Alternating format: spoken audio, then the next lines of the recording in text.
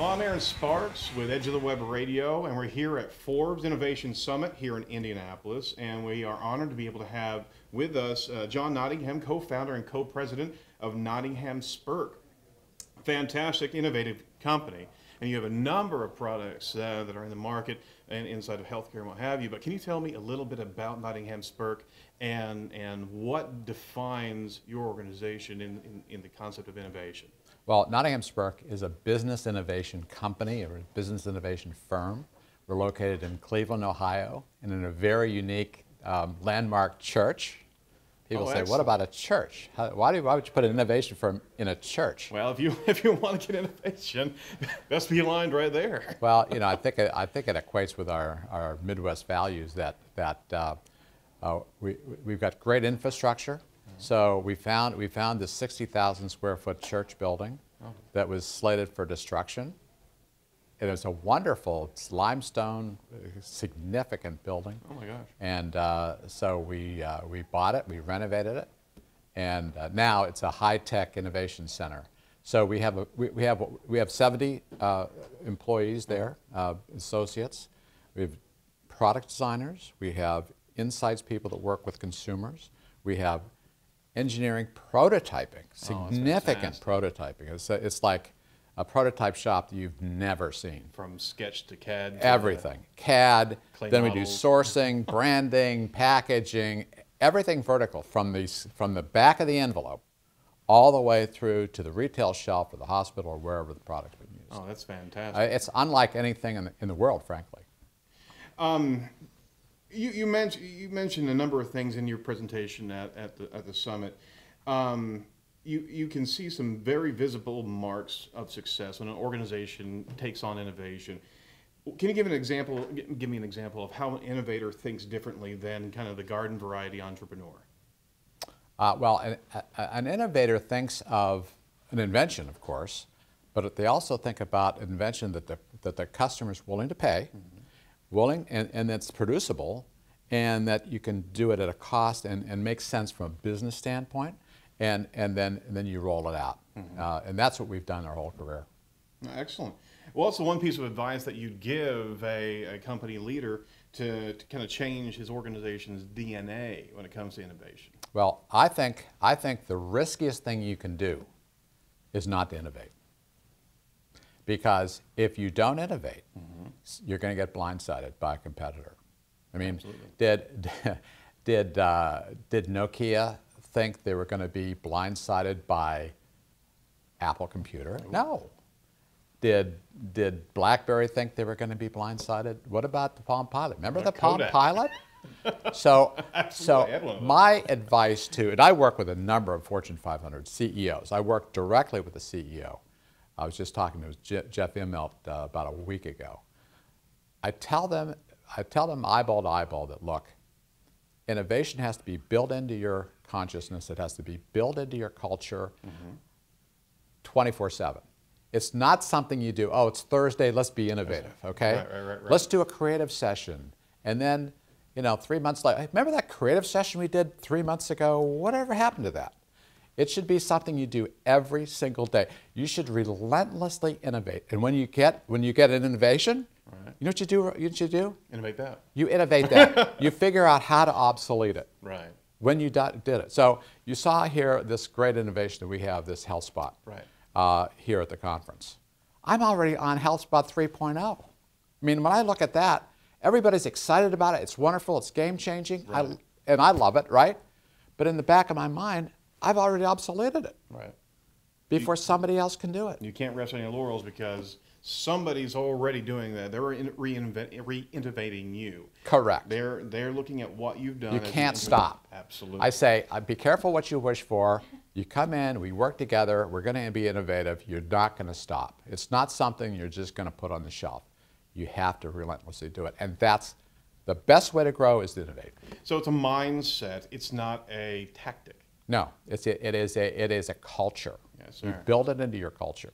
And you're always looking, because again, somebody's going to, if you don't do it, somebody else is going to do it. Absolutely.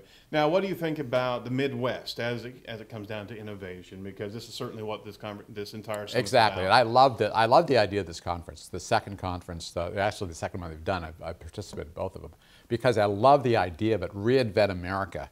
This is where America starts. This is the heartland of America. This is it's real. Absolutely. Right? We have there's no bluster. Well, that's true. I mean, you know, we don't talk as loudly as the coast do. We don't. No, we don't.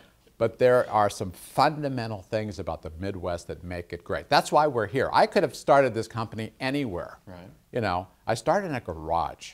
Okay? I found a garage in Cleveland, Ohio. I could have gone to LA. I could have gone to New York. I could have. Right. But I didn't. And there was something about this culture and where we are, the work ethic, low cost of living, the fact that we have all, you know, we make things here. We make real things. It's not fluff. Right. It's real. Usable and what people want. Yeah. So when we did HealthSpot, you know, in Cleveland, Cleveland, Ohio is one of the best medical centers in the world. Right, the Cleveland Clinic. I'm on the board of trustees of the Cleveland Clinic. So we had good health care. We had good counsel there, right? Also, you know, you have in Cleveland, you have manufacturing. So when we said, look, we have to get these things manufactured quickly. We can't fool around. Well, what kind of a factory does things similar?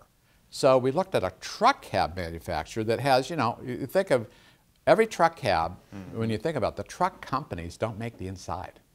They go to another company to outfit the inside of the cab. There's big plastic panels, there's electronics, there's systems integration, there's lighting, all the things we wanted. So we went to a truck cab maker, it's a CVG company, a commercial vehicle group, and we said, you know, we went to the CEO, and he said, you know, we've got this health thing, you were doing trucks. He was thrilled. You know why?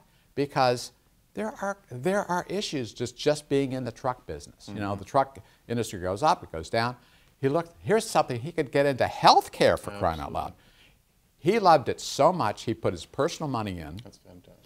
He's on the board of our directors, one of our key board members, because he loved this so much. Now, the Commercial Vehicle Group has factories all over the world, but where we're building them right now is right in the Midwest, and we were able to get it real quick like that. And what you did is you opened an opportunity that he would never have in the vertical market of truck manufacturing. Right, so he's focused on his core, as he should be, as every company should be. They focus on their core. Look, you got a core product line, you got to refresh it, you got to make it, but you know what? You're not going to get more than about 10% growth on your core, right? Right. But if you can do breakthrough at the same time, you can double, triple, quadruple your growth rate with a breakthrough at the same time you're doing your core. Absolutely. That's the key. And then I'll dovetail off of that. What do you see if innovation is in the DNA of a company? What do you see should be that type of percentage of focusing on the core as opposed to the innovation? I mean, it's not an exact science, but it is. I'll quote the Harvard Business School. So if you have a budget, you have an innovation budget, big company, small company, what the Harvard Business School, and we actually promote this, about 70% of your investment should be on core. It should be. But here's the difference. There's two other pieces. One is called what I call adjacent innovation. Adjacent innovation looks like the core, but it's different. Okay?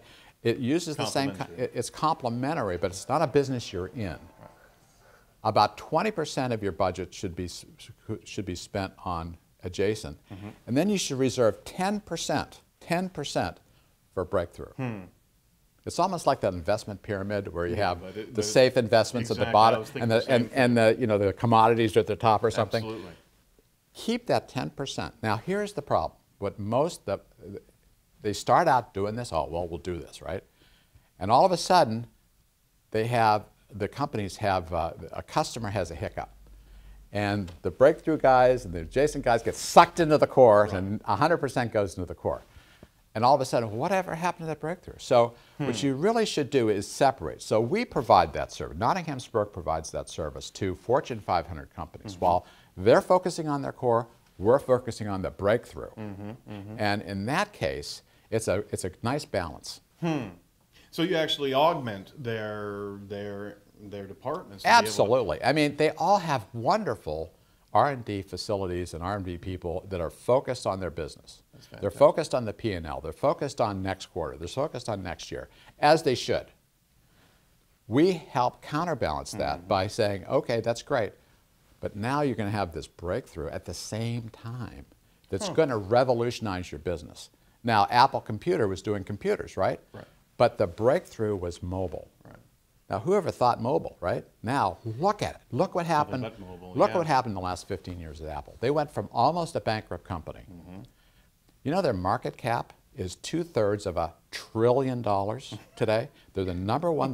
They're the largest market cap in the world. Number 2 is Exxon at 400 billion. And so, think about it. They're 50% bigger than Exxon. Just because of innovation. They have an innovation culture built in. And it's throughout the entire organization. Entire organization's built around innovation. Your organization does something very, very important.